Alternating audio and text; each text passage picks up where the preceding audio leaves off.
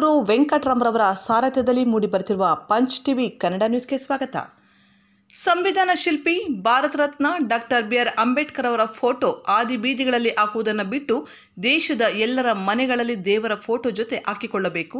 ಮಾಲೂರು ಹಿರಿಯ ಶಾಸಕರಾದ ಕೆ.ವೈ. ನಂಜೇಗೌಡ ಭರ್ಜರಿ ಭಾಷಣ. ಕೋಲಾರ ಜಿಲ್ಲೆ ಮಾಲೂರು ತಾಲೂಕು ಮಾಸ್ತಿ ಗ್ರಾಮ ಪಂಚಾಯಿತಿ ನೇತೃತ್ವದಲ್ಲಿ ಸಂವಿಧಾನ ಜಾಗೃತಿ ಜಾಥಾ ಅದ್ದೂರಿ ಸಂಭ್ರಮ ಸಡಗರದಿಂದ ನಡೆಯಿತು. ಮಾಲೂರು ಶಾಸಕರಾದ ಕೆ.ವೈ. ನಂಜೇಗೌಡರವರು ಈ ಕಾರ್ಯಕ್ರಮಕ್ಕೆ ಅಧ್ಯಕ್ಷತೆ ವಹಿಸಿ ಮಾತನಾಡಿದರು.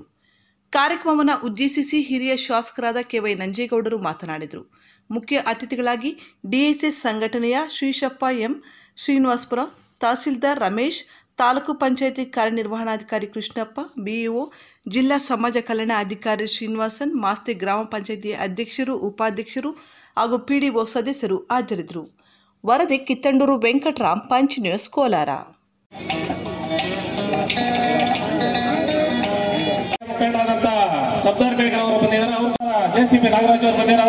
ಈ ಭಾರತ ಭಾಗ್ಯವಿಧಾತನ ಸ್ಮರಣೆಯನ್ನ ಬಹಳ ವರ್ಣರಂಜಿತವಾಗಿ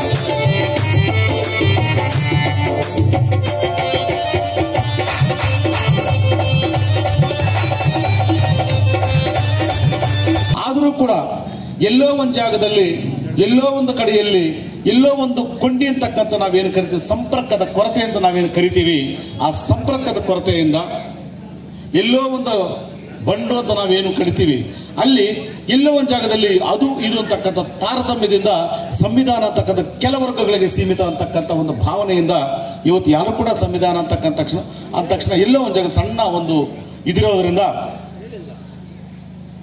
ಇದು ಯಾರಿಗೂ ಘನ ಸರ್ಕಾರವು ಮನಗಂಡು 75 ವರ್ಷಗಳನ್ನು ಪೂರೈಸಿದ 75 ಕಾಲಿರ್ತಕ್ಕಂಥ ಶುಭ ಸಂದರ್ಭದಲ್ಲಿ ಡೈಮಂಡ್ ಜುಬಿಲಿ ಅಂತ ನಾವೇನು ಕರಿತೀವಿ, ಅಮೃತ ಮಹೋತ್ಸವ ಅಂತ ನಾವೇನು ಕರಿತೀವಿ, ಈ ಶುಭ ಸಂದರ್ಭದಲ್ಲಿ ಘನ ಸರ್ಕಾರವು ಈ ಸಂವಿಧಾನ ಅಂತಕ್ಕಂಥದ್ದು ಈ ಭಾರತ ದೇಶದ 140 ಕೋಟಿ ಜನಸಂಖ್ಯೆಯಲ್ಲಿ ಹುಟ್ಟಿದ ಮೇಲೆ, ಜೀವನ ನಡೆಸಿದ ಮೇಲೆ ಸಾರ್ಥಕತೆಯನ್ನು ಪಡಿಬೇಕಾದ್ರೆ ಪ್ರತಿಯೊಬ್ಬರು ಕೂಡ ತಿಳ್ಕೊಳ್ಬೇಕಾಗಿರತಕ್ಕಂಥ ವಿಚಾರ, ಪ್ರತಿಯೊಬ್ಬರು ಕೂಡ ಗಮನಿಸಬೇಕಾಗಿರತ್ತ ವಿಚಾರ, ಪ್ರತಿಯೊಬ್ಬರಿಗೂ ಅರಿಬೇಕಾಗತ್ತ ಒಂದು ಗಮನ ವಿಚಾರ ಅಂತಕ್ಕಂಥ ಮನಗಂಡಂಥ ಸಂದರ್ಭದಲ್ಲಿ ಇವತ್ತು 26/1/2004 ಗಣರಾಜ್ಯೋತ್ಸವ ಆಚರಿಸತಕ್ಕಂಥ ಸಂದರ್ಭದಲ್ಲಿ ನಮ್ಮ ಕೇಂದ್ರ ಬೆಂಗಳೂರು ರಾಜಧಾನಿಯಲ್ಲಿ ಸನ್ಮಾನ್ಯ ಗೌರವ ಮುಖ್ಯಮಂತ್ರಿಗಳು ಈ ಒಂದು ಕಾರ್ಯಕ್ರಮಕ್ಕೆ ಚಾಲನೆಯನ್ನ ಕೊಟ್ಟಿರ್ತಾರೆ. ಒಂದು ಮಾತನ್ನು ಹೇಳಿದ್ರು, ಹಿಂದೂ ಧರ್ಮದಲ್ಲಿರ್ತಕ್ಕಂಥ ಶೂದ್ರರು ಒಂದು ಆಗಿಲ್ಲ ಅಂದ್ರೆ ಈ ದೇಶಕ್ಕೆ ಭವಿಷ್ಯ ಇಲ್ಲ ಅಂತ ಹೇಳಿದ್ರು. ಆದ್ರೆ ಈ ಶೂದ್ರರು ಯಾರು ಅನ್ನೋದು ನಾವಿನ್ನೂ ತಿಳ್ಕೊಳ್ತಾ ಇಲ್ಲ. ಶೂದ್ರರು ಅಂದ್ರೆ ಅವರು ಬರೀ ಎಸ್ಟಿಗಳು ಅಥವಾ ಎಸ್ಟಿಗಳು ಅನ್ನೋ ಒಂದು ಮಟ್ಟಕ್ಕೆ ನಾವು ಅಷ್ಟು ಸಂಕುಚಿತ ಮನೋಭಾವನೆ. ಇವತ್ತು ಕುವೆಂಪುರವರು ಹೇಳ್ತಕ್ಕಂಥ ಮಾತು, ನಾವು ಸರ್ವ ಜನಾಂಗದ ಶಾಂತಿಯ ತೋಟವನ್ನ ನಮ್ಮ ಭರತಖಂಡದಲ್ಲಿ ನಾವು ಕಾಣಬೇಕು. ಆ ರೀತಿ ಕಾಣಬೇಕು ಅಂದ್ರೆ ಸಂವಿಧಾನವನ್ನ ಪ್ರತಿಯೊಬ್ಬರು ಅರಿಬೇಕು. ಇಡೀ ಪ್ರಪಂಚದಲ್ಲೇ ಬಹುಶಃ ಅಂಬೇಡ್ಕರ್ ಅವರ ವಿಷಯವನ್ನ ಚರ್ಚೆ ಮಾಡಿದಷ್ಟು ಬೇರೆ ಯಾವ ನಾಯಕನ ವಿಷಯವನ್ನು ಚರ್ಚೆ ಮಾಡಲ್ಲ ಅಂತಕ್ಕಂಥದ್ದು ನಾವು ಗಮನಿಸಬೇಕು. ಪ್ರಪಂಚದ ಬಲಿಷ್ಠ ರಾಷ್ಟ್ರಗಳು ಏನಿದ್ದಾವೆ ಆ ಎಲ್ಲ ಬಲಿಷ್ಠ ರಾಷ್ಟ್ರಗಳು ಇವತ್ತು ಅಂಬೇಡ್ಕರ್ ಅವರ ಜೀವನವನ್ನ, ಅವರ ಚರಿತ್ರೆಯನ್ನ, ಅವರ ಮಹತ್ವವನ್ನ ಅವರ ದೇಶಗಳಲ್ಲಿ, ಯೂನಿವರ್ಸಿಟಿಗಳಲ್ಲಿ ಇವತ್ತು ಪರಿಚಯ ಮಾಡಿಕೊಡ್ತಾ ಇದೆ. ಇಡೀ ಪ್ರಪಂಚ ಅಂಬೇಡ್ಕರ್ ಅವರನ್ನ ವಿಶ್ವಜ್ಞಾನಿ, ವಿಶ್ವರತ್ನ ಅಂತೇಳಿ ಪರಿಗಣಿಸಿದ್ರೆ ನಮ್ಮ ಭಾರತದಲ್ಲಿ ಅವರನ್ನ ಒಂದು ಜಾತಿಗೆ ಸೀಮಿತ ಮಾಡಿ ಅವ್ರನ್ನ ಸಂಕುಚಿತ ಮನೋಭಾವದಿಂದ ನೋಡ್ತಕ್ಕಂಥ ದರಿದ್ರ ಹೀನ ಸ್ಥಿತಿಯಲ್ಲಿ ನಮ್ಮ ಸಮಾಜ ಇವತ್ತಿದೆ. ಕ್ಯಾಲಿಫೋರ್ನಿಯಾ ದೇಶದಲ್ಲಿ, ಕ್ಯಾಲಿಫೋರ್ನಿಯಾ ಯೂನಿವರ್ಸಿಟಿ ಮುಂದೆ ಬಾಬಾ ಸಾಹೇಬ್ ಅಂಬೇಡ್ಕರ್ ಅವರ ದೊಡ್ಡ ವಿಗ್ರಹ ಇದೆ. ಅಲ್ಲಿ ಒಂದು ಬರಹ ಇದೆ. ಆ ಬರಹದಲ್ಲಿ ಏನಿದೆ ಅಂದ್ರೆ, ಈ ಕ್ಯಾಲಿಫೋರ್ನಿಯಾ ನಮ್ಮ ಯೂನಿವರ್ಸಿಟಿಯಲ್ಲಿ ಓದಿದಂತ ಒಬ್ಬ ಹುಡುಗ ಇಡೀ ಪ್ರಪಂಚದಲ್ಲೇ ಅತ್ಯಂತ ಬಲಿಷ್ಠವಾದಂತಹ, ಶ್ರೇಷ್ಠವಾದಂತಹ ಸಂವಿಧಾನವನ್ನ ಬರ್ಕೊಟ್ಟಂತ ಅಂಬೇಡ್ಕರರು ನಮ್ಮ ಯೂನಿವರ್ಸಿಟಿಯ ಹುಡುಗ ಅಂತಕ್ಕಂಥ ಹೆಮ್ಮೆಯ ಮಾತುಗಳನ್ನೆಲ್ಲ ಬರೆದಿದ್ದಾರೆ.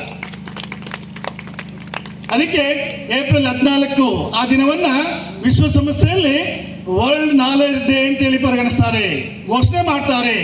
ತಾಲೂಕು ದಂಡಾಧಿಕಾರಿಗಳಾಗಲಿಕ್ಕೆ ಸಾಧ್ಯವಾಗ್ತಾ ಇಲ್ಲ ನಮ್ಮ ರಾಮಚಂದ್ರ ಬಸ್ಸರು. ಈ ಜಿಲ್ಲಾ ಏನು ಡಿಡಿ ಆಗ್ಲಿಕ್ಕೆ ಸಾಧ್ಯ ಆಗ್ತಾ ಇರಲಿಲ್ಲ. ಒಬ್ಬ ದಲಿತ ಹೆಣ್ಮಗಳು ಇಂಥ ದೊಡ್ಡ ಗ್ರಾಮ ಪಂಚಾಯಿತಿ ಅಧ್ಯಕ್ಷರಾಗಲಿಕ್ಕೆ ಸಾಧ್ಯವಾಗ್ತಾ ಇರಲಿಲ್ಲೇನೋ. ಬಹುಶಃ ಈ ಭಾರತ ಸಂವಿಧಾನ ಇಲ್ಲದಿದ್ರೆ ಅಂತಹ ಭಾರತ ಸಂವಿಧಾನವನ್ನು ಕೊಟ್ಟಂತಹ ನಿಮ್ಮೆಲ್ಲರ ಭಾಗ್ಯವಿದಾತರ ಬಗ್ಗೆ ಈ ಅದ್ಭುತ ಕೆಲಸವನ್ನ ನಾನು ಕೊಂಡಾಡ್ತಾ ಇದ್ದೀನಿ. ಏನಿದು ಕಾರ್ಯ? ಸಂವಿಧಾನ ಜಾಗೃತಿ ಜಾಥಾ ಅಂತ ಹೇಳಿದ್ರೆ ಏನು? ಈಗ ನಮಗೆ ಏನ್ ಬೇಕಾಗಿದೆ? ಇದು ಎರಡು ಪ್ರಮುಖವಾಗಿರ್ತಕ್ಕಂಥ ಉದ್ದೇಶಗಳನ್ನ ಇಟ್ಕೊಂಡು ನಮ್ಮ ಕರ್ನಾಟಕ ರಾಜ್ಯ ಸರ್ಕಾರ ಈ ಜಾಥಾವನ್ನ ಹಮ್ಮಿಕೊಂಡಿದೆ ಬಂಧುಗಳೇ.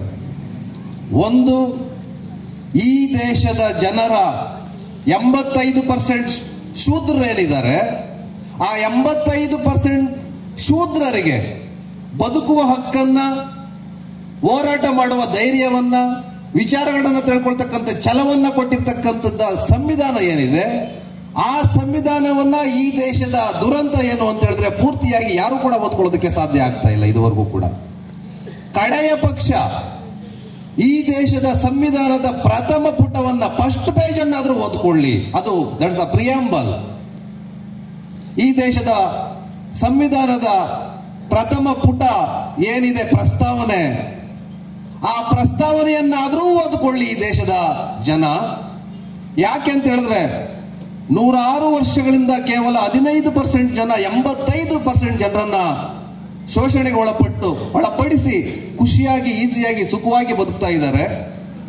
ಏನ್ ಈ ಸಂವಿಧಾನ ಅನ್ನೋದನ್ನ ಪ್ರಸ್ತಾವನೆಯನ್ನ ಓದ್ಕೊಂಡ್ಬಿಟ್ರೆ ಸಾಕು ನಮಗೆ. ಆ ಪ್ರಸ್ತಾವನೆಯ ಪ್ರಥಮ ವಾಕ್ಯ ಏನಿದೆ, ಈ ದೇಶದ ಪ್ರಜೆಗಳಾದ ನಾವು, ಇದು ತುಂಬಾ ತುಂಬಾ ಖುಷಿ ಕೊಡ್ತಕ್ಕಂಥ ವಾಕ್ಯ ಇದು. ಈ ದೇಶದ ಪ್ರಜೆಗಳಾದ ನಾವು ಅಂದ್ರೆ ಯಾರು? ಮುಸ್ಲಿಮ್ರ, ದಲಿತರ, ಶೂದ್ರರ, ಹಿಂದೂಗಳ, ಬೌದ್ಧರ? ಇಲ್ಲ. ಈ ದೇಶದ ಪ್ರಜೆಗಳಾದ ನಾವು ಅಂದ್ರೆ ಈ ದೇಶದ ಎಲ್ಲಾ ಜನಾಂಗ, ಎಲ್ಲಾ ಧರ್ಮ, ಎಲ್ಲರೂ ಸೇರ್ಕೊಳ್ತಾರೆ. ದುರಂತ ನೋಡಿ, ಬಾಬಾ ಸಾಹೇಬರ ಭಾವಚಿತ್ರಗಳನ್ನ, ಬಾಬಾ ಸಾಹೇಬರ ವಿಚಾರಗಳನ್ನ ದಲಿತರ ಮನೆಗಳಲ್ಲಿ ದಲಿತರಿಂದ ದಲಿತರಿಗಾಗಿ ಈ ದೇಶ ನೋಡ್ತಾ ಇದೆ. ಈ ದೇಶ ಯಾಕೆ ಇಡೀ ಪ್ರಪಂಚ ಯಾರೂ ಕೇಳರಿಯದ, ಕಂಡರಿಯದ ಒಬ್ಬ ಜ್ಞಾನಿ ಈ ದೇಶದಲ್ಲಿ ಹುಟ್ಕೊಂಡಿದ್ದಾರೆ, ಅವರು ಬಾಬಾ ಸಾಹೇಬ್ ಅಂಬೇಡ್ಕರ್. ಅವರೇ ಅಕಸ್ಮಾತ್ ಅವರಿಗೆ ಸಂವಿಧಾನವನ್ನು ಬರೆಯುವಂತ ಅವಕಾಶ ಸಿಕ್ಕಿಲ್ಲ ಅಂತಿದ್ರೆ ನಮ್ಮ ಪರಿಸ್ಥಿತಿ ಏನಾಗ್ತಾ ಇತ್ತು ಯೋಚನೆ ಮಾಡ್ಬೇಕು ಒಂದ್ಸಲ. 1950 ಜನವರಿ 26ನೇ ತಾರೀಕುವರೆಗೂ ಕೂಡ ಈ ದೇಶದ ಮನುವಾದಿಗಳ, ಮನುಧರ್ಮದ ಮತ್ತು ಈ ದೇಶದ ಶೂದ್ರರ ನಡುವೆ ನೇರ ಯುದ್ಧ ನಡೀತಾ ಇರ್ತದೆ. ಅದು ಯಾವ ರೀತಿಯಲ್ಲಿ ಆಮೇಲೆ ಕನ್ವರ್ಟ್ ಆಗ್ತದೆ? 1950 ಜನವರಿ 26ರ ನಂತರ ಈ ದೇಶದ ಸಂವಿಧಾನ ಮತ್ತು ಮನುಧರ್ಮಶಾಸ್ತ್ರದ ನಡುವೆ ಯುದ್ಧ ಈಗ ಪರೋಕ್ಷವಾಗಿ ನಡೀತಾ ಇದೆ.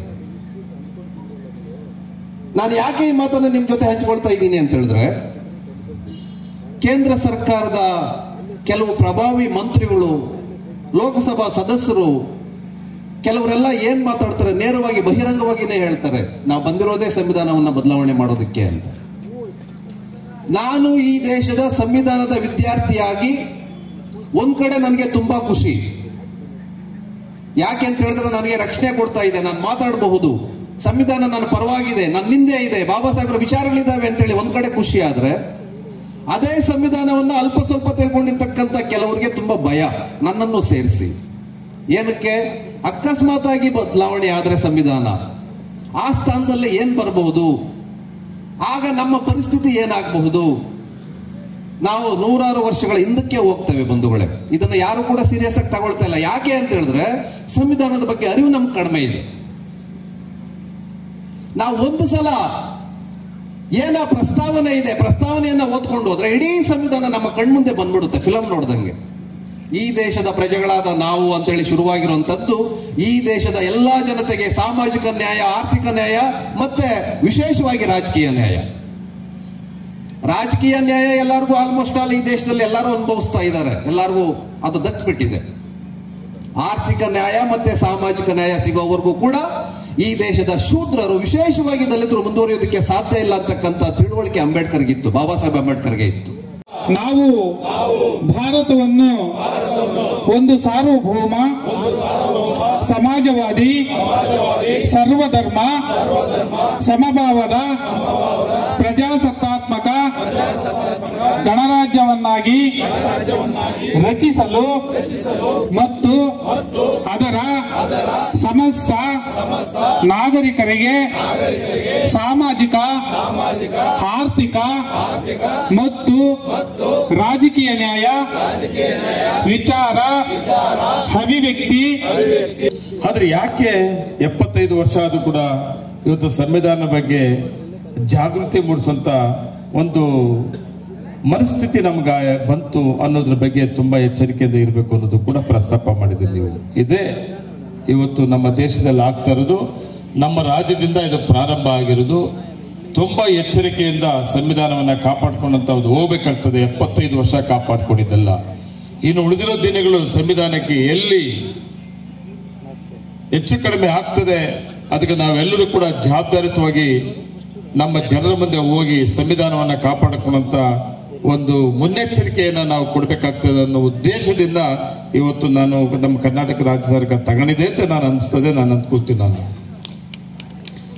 ಇವತ್ತು ನಾನು ನೋಡ್ತಾ ಇದ್ದೀನಿ, ನಾವು ಯಾವ್ದಾದ್ರು ಒಂದು ಕಾರ್ಯಕ್ರಮ ಮಾಡಬೇಕಾದ್ರೆ ರಾಜಕಾರಣಿಗಳು ಒಂದಲ್ಲ ಒಂದು ರೀತಿ ಜನ ಸೇರಿಸ್ತೀವಿ. ನಾವು ಇಲ್ಲ ಆಸೆ ಅಂಶಗೊಳಿಸ್ತೀವಿ, ಏನೋ ದುಡ್ಡು ಕೊಡ್ತೀವಿ, ಇಲ್ಲ ಟೆಂಪೋ ಕೊಡ್ತೀವಿ, ಇಲ್ಲ ಜನ ಸೇರ್ಸಕ್ಕೆ ಏನನ್ ಬೇಕೋ ಅಲ್ಲ ಮಾಡ್ಕೊಂಡ್ಬರ್ತೀವಿ ನಾವು. ಆದ್ರೆ ಇವತ್ತು ಈ ಕಾರ್ಯಕ್ರಮದಲ್ಲಿ ಭಾಗವಹಿಸೋದು, ಇವತ್ತು ಇಷ್ಟೊತ್ತಾದ್ರೂ ಕೂಡ ಯಾವುದೇ ಹಳ್ಳಿಗೆ ಹೋದ್ರೂ ಕೂಡ ಜನ ಅವರಾಗ ಅವರು ಬಂದು ವಿಶೇಷವಾಗಿ ಈ ರಥವನ್ನ ಅಂಬೇಡ್ಕರ್ ಅವರು ಬರುತ್ತಾ ಆ ರಥವನ್ನ ಸ್ವಾಗತ ಮಾಡ್ತಾ ಇರೋದು ನಾವೆಲ್ಲರೂ ಕೂಡ ನೋಡ್ತಾ ಇದ್ದೀವಿ. ನಾವು ಎಷ್ಟು ಗೌರವ ಇದೆ ಈ ಸಂವಿಧಾನಕ್ಕೆ. ಬಾಬಾ ಸಾಹೇಬರು ಕೊಟ್ಟಂತ ಸಂವಿಧಾನ, ಬಾಬಾ ಸಾಹೇಬರ ಬಗ್ಗೆ ಗೌರವ. ಯಾಕೆ ಬೇರೆಯವರಿಗೆ ಅನುಮಾನ? ಸಾಧ್ಯನೇ ಇಲ್ಲ, ಯಾರು ಕೂಡ ಅದೇನು ಮಾಡಕ್ಕಾಗಲ್ಲ. ಅಂತ ಸಂದರ್ಭ ಬಂದಾಗ ಈ ದೇಶ ಬೇರೆ ರೀತಿಯಲ್ಲಿ ನೋಡ್ಬೇಕಾಗ್ತದೆ ನಾವು. ಅಂತ ಸಂದರ್ಭ ಬರಕ್ಕೆ ಬಿಡೋದು ಕೂಡ ಇಲ್ಲ. ನಾವೆಲ್ಲರೂ ಕೂಡ ಸಂವಿಧಾನದಲ್ಲಿ ಅವಕಾಶ ತಗೊಂಡಿದ್ದೀವಿ. ಅವಾಗಲೇ ನಮ್ಮ ಈಸ್ಪುರ ಹೇಳ್ತಾ ಇದ್ದ, ಒಂದು ಸಾಮಾನ್ಯ ರೈತರ ಕುಟುಂಬದಲ್ಲಿ ಹುಟ್ಟಂತ ನಂಜೇಗೌಡರು ಕೂಡ MLA ಆಗಿದ್ದಾರೆ. ಒಂದು ಸಾಮಾನ್ಯ ಹೆಣ್ಣು ಮಗು, ಇವತ್ತು ಒಬ್ಬ ದಲಿತ ಹೆಣ್ಣು ಮಗು ಕೂಡ ಇಲ್ಲಿ ಚೇರ್ಮನ್ ಆಗಿದೆ. ಇದೆಲ್ಲ ಯಾರು ಕೊಟ್ರು? ಬಾಬಾ ಸಾಹೇಬ್ ಅಂಬೇಡ್ಕರ್ ಅವರು ಸಂವಿಧಾನದಲ್ಲಿ ನಮಗೆಲ್ಲ ಅವಕಾಶ ಮಾಡಿಕೊಡ್ತಾ ಇದ್ದಿದ್ರೆ ನಾವು ಯಾರು ಕೂಡ ಇಂಥ ಅವಕಾಶ ತಗೊಳಕ್ ಆಗ್ತಾ ಇರಲಿಲ್ಲ.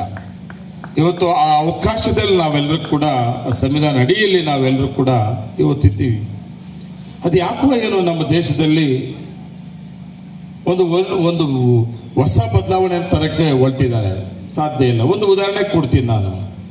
ನಿನ್ನೆ ತಾನೇ ಸೆಷನ್ ಸ್ಟಾರ್ಟ್ ಆಯಿತು. ರಾಜ್ಯಪಾಲರ ಭಾಷಣ ಇತ್ತು. ರಾಜ್ಯಪಾಲರ ಭಾಷಣ ಆದಮೇಲೆ ಅವ್ರು ಹೋದ್ಮೇಲೆ ಅಲ್ಲಿ ಜೈ ಶ್ರೀರಾಮ್ ಅಂತ ಘೋಷಣೆ ಬಂತು. ಶ್ರೀರಾಮ ಯಾರು? ಹೌದಪ್ಪ, ನಾವು ಗೌರವಿಸ್ತೀವಿ, ಇತಿಹಾಸ ಇದೆ ಶ್ರೀರಾಮರಿಗೆ, ಪ್ರತಿಯೊಂದು ಮನೆಯಲ್ಲೂ ಕೂಡ ಗೊತ್ತಿದೆ ಶ್ರೀರಾಮರು ಯಾರು ಅಂತ. ಇವತ್ತು ಹೊಸದಾಗಿ BJP ತೋರಿಸ್ಬೇಕಂತ ಶ್ರೀರಾಮನು ಅಂತ. ಹನುಮಂತನು ತೋರಿಸೋಂಗಿಲ್ಲ, ಶ್ರೀರಾಮನು ತೋರಿಸೋಂಗಿಲ್ಲ, ಈಶ್ವರನು ತೋರಿಸೋಂಗಿಲ್ಲ. ಅದು ಇತಿಹಾಸ ಇದೆ. ನೀವ್ಯಾಕೆ ತಗತ್ತೀರಿ ಶ್ರೀರಾಮನ? ಜೈ ಶ್ರೀರಾಮ ಅಂತ. ನಾವು ಬಿಟ್ಟುವ ನಾವೇನು ಮಾಡಿದ್ವಿ? ಜೈ ಭೀಮ್, ಜೈ ಸಂವಿಧಾನ ಅಂದ್ವಿ. ನಾವು ಓಡೋಬಿಡ್ರು. ನಮ್ಮದೆಲ್ಲ ಕೂಡ ಅಷ್ಟೇ. ಯಾರೋ ಕೆಲವರು ಇರಿದಂತ ಇದೆ ಜೈ ಭೀಮ್ ಅಂತ. ನಮಗಿನ್ನು ಉಳಿದಿರೋದು ಒಂದೇ ದಾರಿ, ಜೈ ಭೀಮ್, ಜೈ ಸಂವಿಧಾನ. ಯಾವ ಮಾಡಿದ್ರೆ ಶ್ರೀರಾಮನ್ ಹೇಳ್ಕೊಂಬತ್ತಾರೆ, ಆಮೇಲೆ ಹನುಮಂತನ ಹೇಳ್ಕೊಂಬತ್ತಾರೆ, ಆಮೇಲೆ ಕೃಷ್ಣನ ಹೇಳ್ಕೊಂಬತ್ತಾರೆ. ಇನ್ನ ಎಷ್ಟು ದಿನ ಯಾಮಾರಿಸ್ತಾರೋ ಗೊತ್ತಿಲ್ಲ. ಹಿಂಗೆ ನಾನು ಯಾಕಂದ್ರೆ ನಮ್ಮ ಶೇಷನ್ನ ಹೇಳಿದಕ್ಕೆ ನಾನು ಈ ಮಾತು ಹೇಳ್ತಾ ಇದ್ದೆ. ನಾನು ಇಂಥ ಒಂದು ವಾತಾವರಣದಲ್ಲಿ ನಾವಿರುವಾಗ ನಾವು ಎಚ್ಚರಿಕೆ ಆಗಬೇಕಲ್ಲ, ಆಗಲೇಬೇಕಾಗ್ತದೆ. ನಾನು ಒಂದು ಮಾತು ಹೇಳ್ತೀನಿ. ನಾನು ಕೂಡ ಹಿಂದೂನೇ. ನಾನು ಹಿಂದೂ ಸಂಪ್ರದಾಯ ಬಗ್ಗೆ ನಾನು ಕೂಡ ಗೌರವ ಕೊಡ್ತೀನಿ. ಎಲ್ಲ ಧರ್ಮಗಳು ಕೂಡ ಅವರವ್ರ ಧರ್ಮ ಮೇಲೆ ಗೌರವ ಇದ್ದೇ ಇರ್ತದೆ. ನಾನು ಬೇಡ ಅಂತ ನಾನು ಹೇಳೋದಿಲ್ಲ. ಆದರೆ ಈ ಬಾಬಾ ಸಾಹೇಬ್ ಅಂಬೇಡ್ಕರ್ ಒಂದು ಸಂವಿಧಾನ ಕೊಟ್ಟಿದ್ದಾರಲ್ಲ, ನಾವು ನೀವೆಲ್ಲರೂ ಕೂಡ ನೋಡಿರೋದು, ನಮ್ಮ ಕಣ್ಣು ಮುಂದೆ ಇರೋದು ಇದು. ಈ ಸಂವಿಧಾನ ಗೌರವ ಕೊಡೋದ್ ಜೊತೆಗೆ ಬಾಬಾ ಸಾಹೇಬ್ ಅಂಬೇಡ್ಕರ್ ಅವರನ್ನ ಪ್ರತಿ ಮನೆಯಲ್ಲೂ ಕೂಡ ನೀನು ರಾಮನ್ನ, ಈಶ್ವರನ್ನ ಮತ್ತೆ ಹನುಮಂತನ ಎಲ್ಲ ಇಟ್ಕೊಂತೀರಲ್ಲ, ಅವ್ರ ಜೊತೆಲಿ ಬಾಬಾ ಸಾಹೇಬ್ ಅಂಬೇಡ್ಕರ್ ಫೋಟೋನ ಇಟ್ಟು ಪೂಜೆ ಮಾಡಿದ್ರೆ ಅವ ನಿಜವಾಗ್ಲೂ ದೇವರು ಸಂವಿಧಾನ ಕೊಟ್ಟಂತದ್ದು ಸಾರ್ಥಕ ಆಗ್ತದೆ ಅಂತ ನನ್ನ ವೈಯಕ್ತಿಕವಾದ ಅನಿಸಿಕೆ ನಂದು.